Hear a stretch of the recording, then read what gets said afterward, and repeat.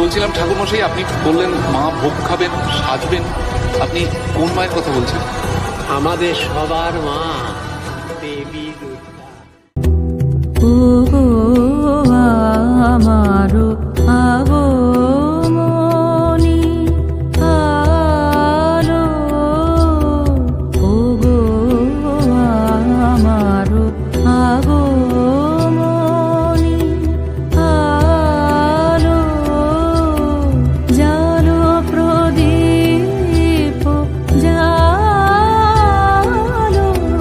জালো, ওগো আমারো আগমনী।